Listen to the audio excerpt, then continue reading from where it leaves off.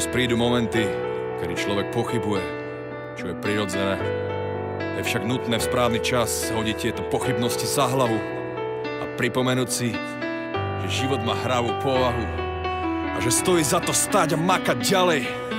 Vziať to, čo nás brzdí, a použiť to ako palivo, svoju energiu do novej tvorby a postaviť sa k tomu ako hráč. Je to len jazda, je to len hra.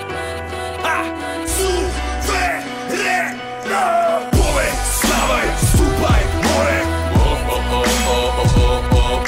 Chcem vidieť tvoje srdce horeť. Tred naplno, hrad naplno. Nebuď fajnový jak marmeláda.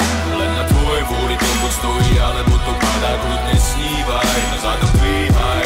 Hlavne poď do toho, hraj naplno. Bol som obdarený rád, preto dávam dary sám. Životom odčarený, napojený, všetko darí sa. Nesiem sa na vlne za vlnou, naplno zaplňam významom nádobu osudu, v ktorej byť pánom je výsadou a tým pádom neverím na náhodu, nekračam so stádom. Dobré ráno národu a s Bohom otrokárom.